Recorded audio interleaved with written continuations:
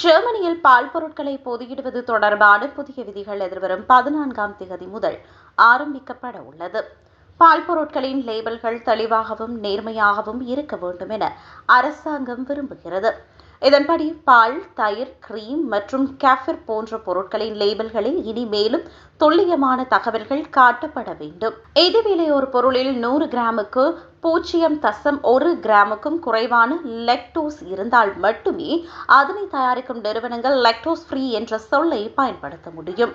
மேலும் துல்லியமான லெக்டோஸ் அளவும் லேபிளில் தெளிவாக எழுதப்பட்டிருக்க வேண்டும். அத்துடன் ஃப்ரெஷ் என்ற வார்த்தை தொடர்பிலும் கடுமையான விதிகள் அறிமுகப்படுத்தப்பட உள்ளன.